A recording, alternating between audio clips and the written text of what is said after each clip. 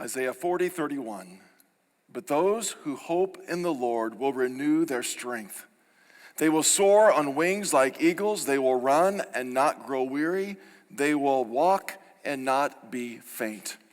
Last week when we started the series, and Nakoma spent some time in the first part of this chapter, and we talked about resting in the Lord and having that time that we can regroup with Him and say, God, where are we going? What's the purpose of life all about? One of the phrases he used was, we need to make plans to rest before you make plans to soar. He gave us a talk about the Sabbath rest, that God has called us to take a day every week just to rest, to restore, to reflect, reconnect with Him. And I hope you were able to do that this past week and rearrange your schedule. So daily, every bit, so a little bit of every day, but certainly one day a week we give to God and we rest in Him. That phrase when it talks about waiting on the Lord or the hoping in the Lord, that word is the word that says we're to wait and look for something expectantly. So it's taking that time just to stop and say, God, I'm resting in you, but I'm expecting you to do something different. Some interpret that word as wait, others as hope, saying my hope is in God, not in the world, not in the things of this world. My hope comes from Him. And I'm going to wait upon Him. I'm going to depend upon Him. So a question for you. Are you tired today? Anybody tired, weary, exhausted, worn out? This past week, how about depressed? Just exhausted, frustrated, all those terms. That's just part of life. But it seems like through this whole season, that seems to be adding more and more. What's going on? You think, if the world can't get any crazier, the answer is, oh yes, it sure can. And it just does. It's exasperating, everything going on, and we need a renewal. So when it says, those who hope in the Lord will renew their strength, that word renew is such a great word. That time we can stop and say, how do we change? How do we get a fresh start again? Though just the daily grind of life can wear you down physically and mentally and emotionally, but certainly you throw the extremes that we've seen over the past months, and that's exhausting on top of it all. Sometimes you have to take your computer or your phone and you do a reset on it, right? Your router, maybe it's just a breaker in your house. It throws it and you have to reset it, reboot it. And you get to go on. And for my phone, I have to do it more often than I want to admit, where I just get it so jumbled up and it's not working. So I have to restart it. It gets it back to where it should be, gets things all recalibrated where it should be. And you need the same thing in your heart and your mind and physically. The world just takes us off on this tangent. We get so wrapped up in all the things, the anxiety of the world, and we just have the time. We sit back and say, God, I'm going to put my hope in you, and would you renew my strength? And ask God to reset us. A guy went to visit the home for the mentally infirm, and he was just trying to learn about it. He asked the director, he says, so what is it that determines whether someone should be committed here or not? And he said, well, we just take a simple test. By the way, this is a joke, okay? So prepare to laugh for a little bit. This is not serious. He says, do a simple test. We fill up a bathtub full of water and we give them three things. We give them a teaspoon, we give them a teacup, and we give them a bucket. So you now empty the tub. And the guy says, oh, I get it. You use the bucket because that gets it out empty quicker. And he says, no, you pull the plug. He said, so do you want a bed by the window or by the door?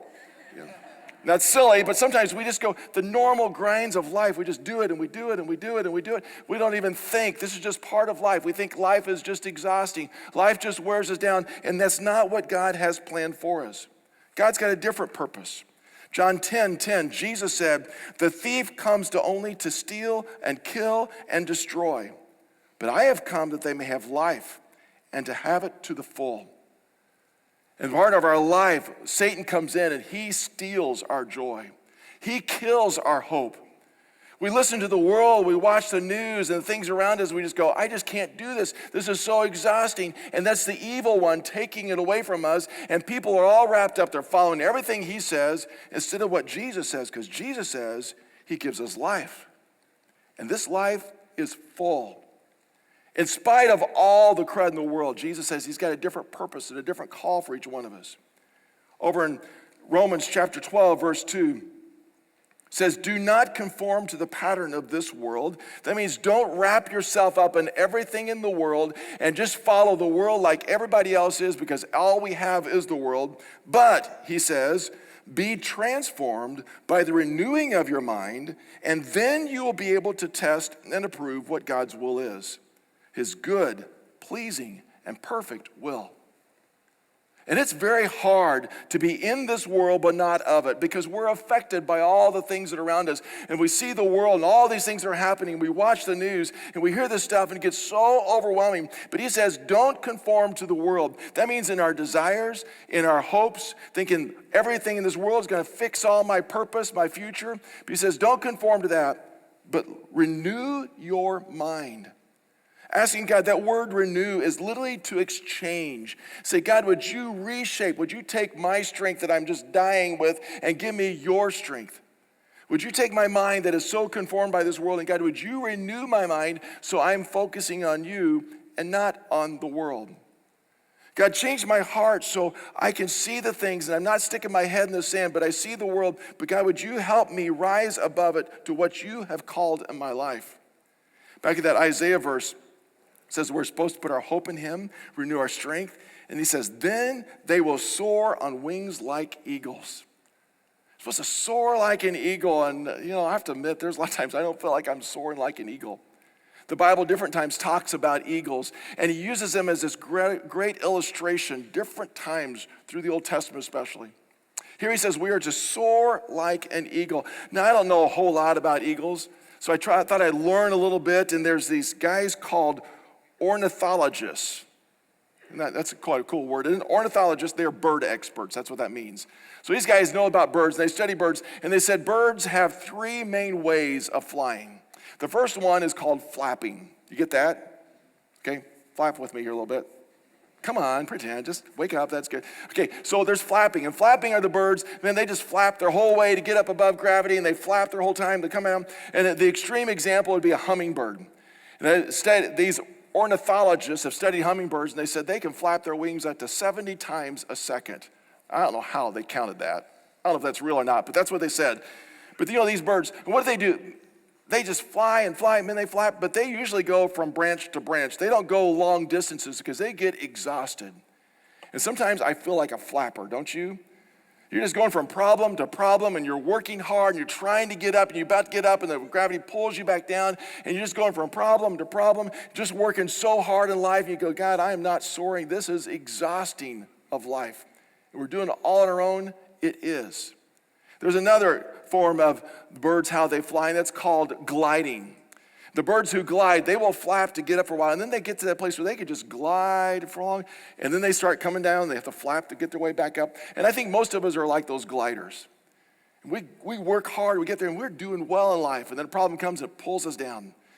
And then we get up again, we're exhausted, but we get up there and we rest for a little bit, then we're coming down, and we just kind of have this life of going up and down.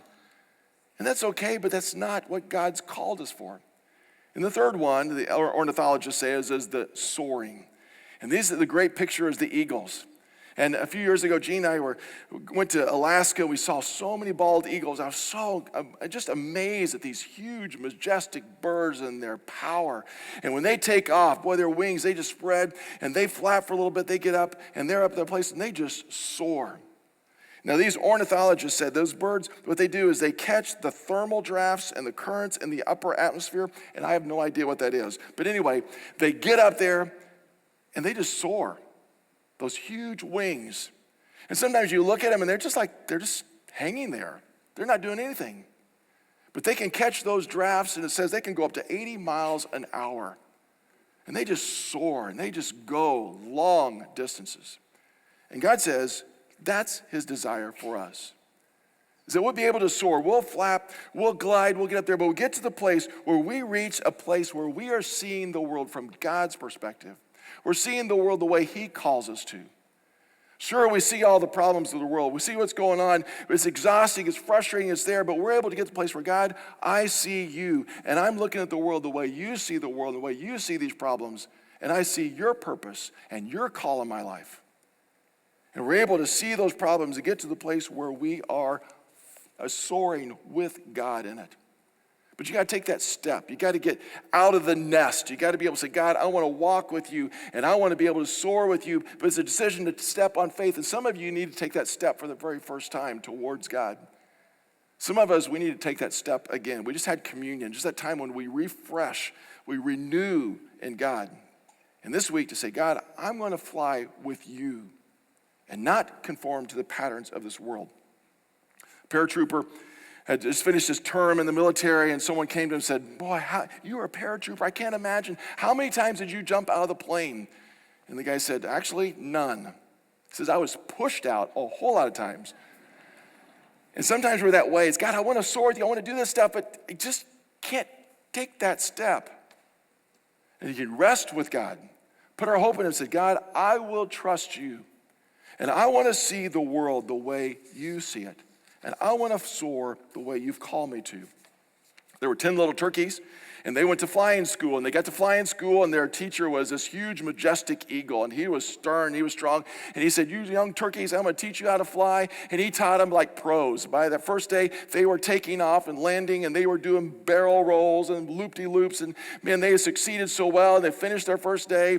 And he says, you did well. Come back tomorrow. We'll teach you some more. And the eagle walked back in his office. He looked out, and what do you think he saw those little turkeys doing?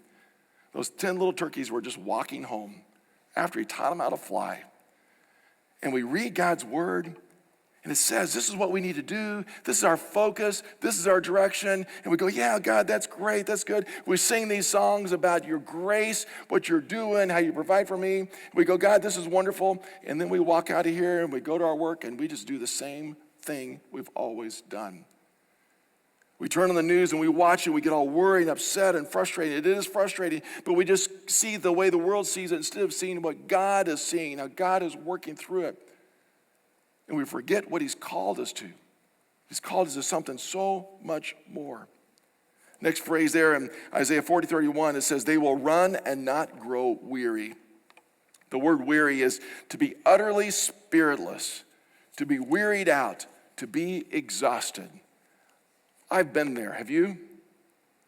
Just that completely exasperated with God. What's going on? And he says we need to be running. And when we watch the news, it just tears me down. It's just so frustrating to watch people and think, how could you do this? Why are you doing these things? Where's your heart? Where's your motivation? The extreme hatred and retaliation and fighting that takes people to places you just think, how could you do these things and say these things and go these places? But if we're not careful, we can be saying and thinking and feeling and doing the very same things. God says we're supposed to be running this race of life and not become weary, not become overwhelmed. When all the crises of life and they're part of life and the problems of life are there, but he says there's a way to run in this world, in this life, with him and not become weary and exasperated. God enables us to accomplish what he called us to do and gives us what we need. Galatians chapter 6, verse 9. Would you read this verse aloud with me? Let us not become weary in doing good, for at the proper time we will reap a harvest if we do not give up. So there's a little bit of a decision here. God, help me that I don't become so exhausted by the world that I forget what you've pulled in front of me. So many times in the New Testament, we see God talking about the direction we go, and he talks about running this race. Repeatedly, we will run this race of life, and we remember the prize in front of us. We remember the goal set before us. The goal set before us is heaven and Jesus. It's kingdom work, and that's where we're going. That's where our harvest is all about. That's what our purpose is. And sure, there's obstacles. There's problems around us. There's all kinds of distractions. And the Bible says, don't get sidetracked. Don't get caught up in the things of the world. Don't get caught up in the issues of this life that you forget the race that God has put you on and the direction you need to be going. And our focus is always on Jesus and where we're headed to. Well, I love reading and talking and hearing about the second coming of Jesus and what it's going to be like and where that's going to be. And when he comes in, I pray that today he just take us all out of here. The Bible just tells us that the world is going to have so many issues and problems, going to get worse and worse and worse. And we hear that, and so on one hand, we get real excited, thrilled about it. And then on the other hand, we see all the problems and issues of this world, and we just go, oh, this is terrible. And God says, but I'm in this, and I'm through this, and I'm going to pull you guys through it if we keep our hope and our trust in him. So can we run this race and not become weary because we believe the word of God? Next phrase in Isaiah says, they will walk and not be faint. You're going to walk this life.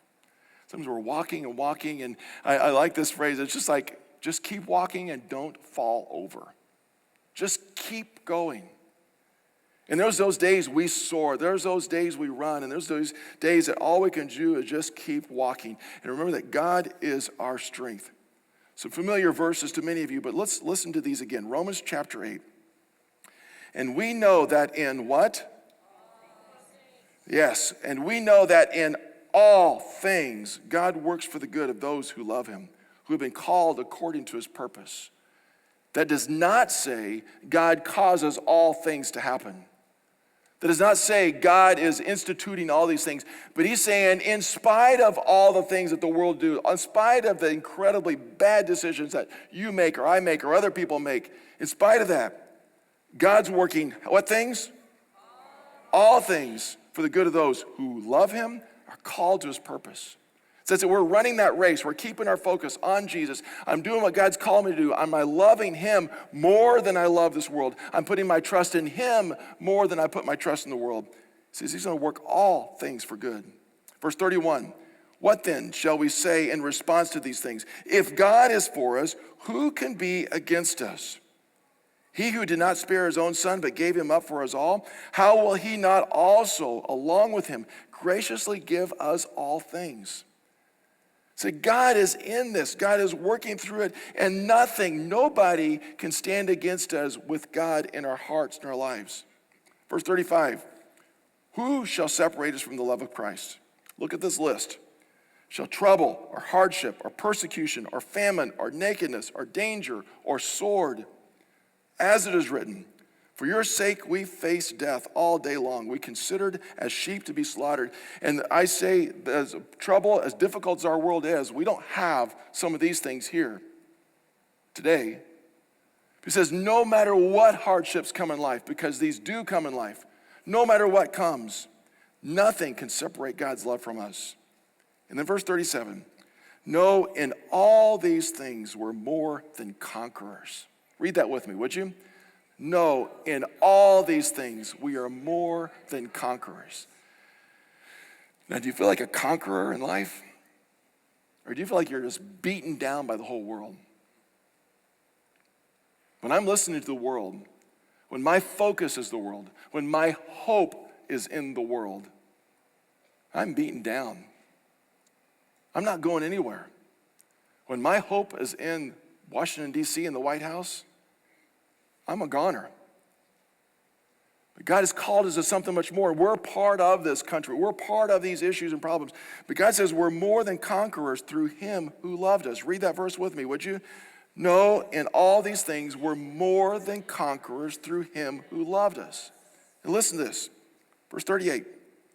For I'm convinced that neither death nor life, neither angels nor demons, neither the present nor the future, means I don't have to be worried about tomorrow. So many of us fret and worry what's going to happen tomorrow. It says I don't have to worry about tomorrow because it's not going to separate God's love from me. Nor any powers, no matter who is in charge, no matter who thinks they've got all the power in the world, no power is greater than God.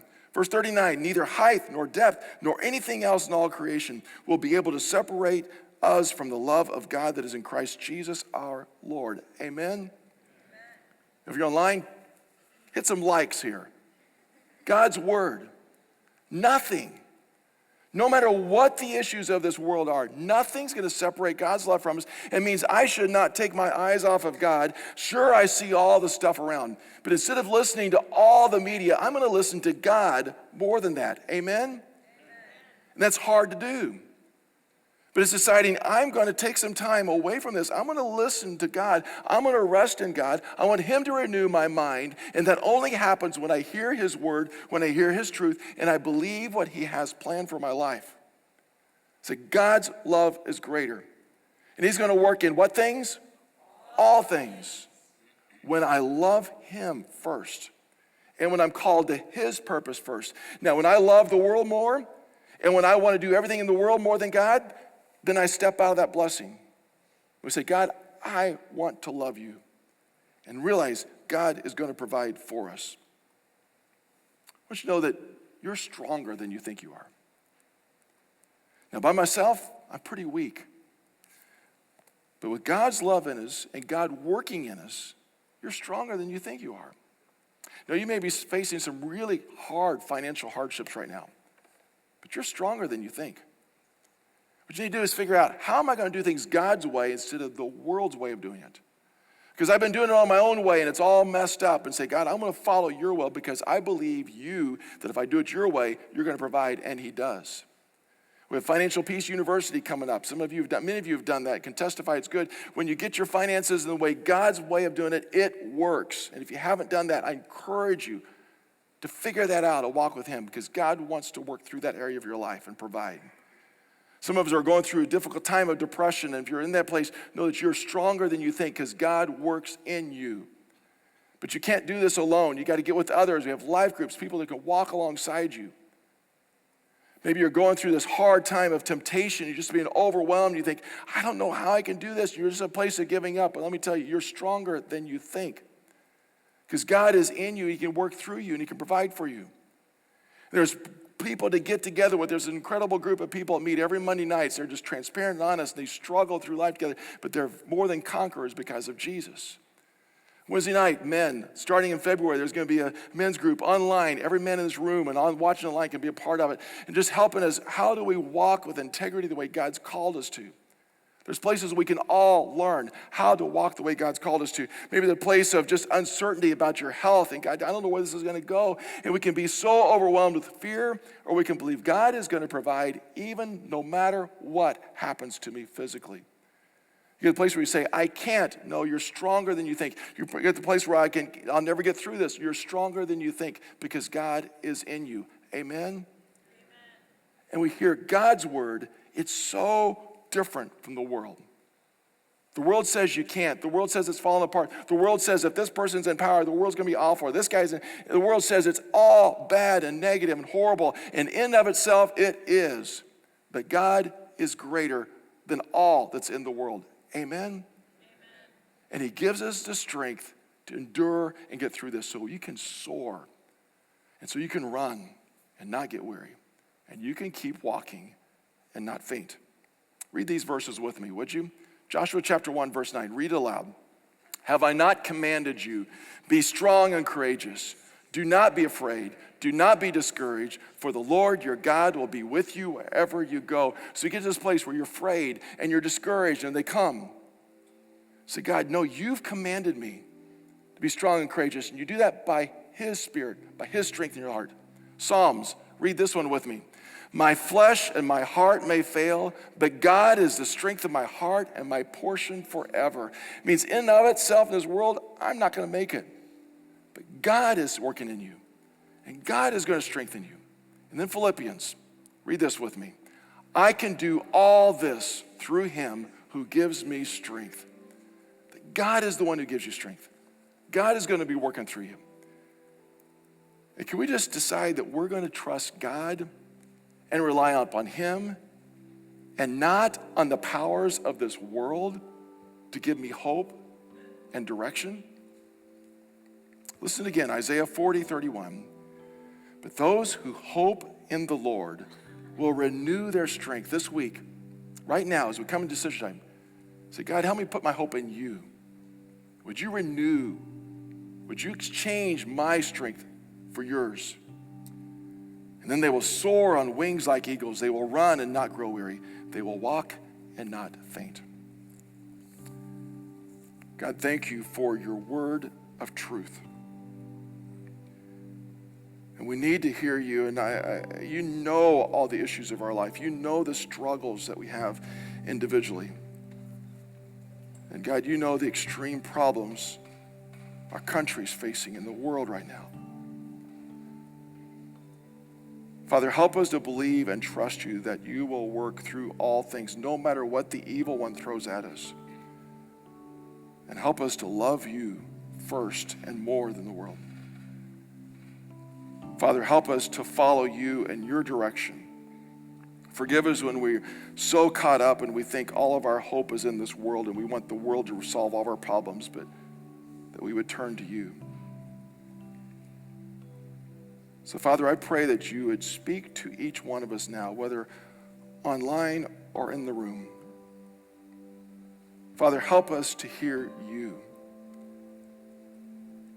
And God, would you renew our focus and our heart and our strength? Help us to see you even in the midst of all the problems. And Father, instead of us being burdened down by the world, help us to rise above that. Of all things, God, this year we should be able to see you and learn not to trust the world. Father, I pray for hearts to change. I pray for minds to change. I pray for mine that I will focus on you. And Father, in the time of exasperation around our country, I pray that many people would turn to you. But I pray that you help every person listening to your words today, that you'd begin to work in us, and that we would be a person of hope and joy and walking in your strength, no matter what the world throws. God, would you speak to us now? In Jesus, I pray.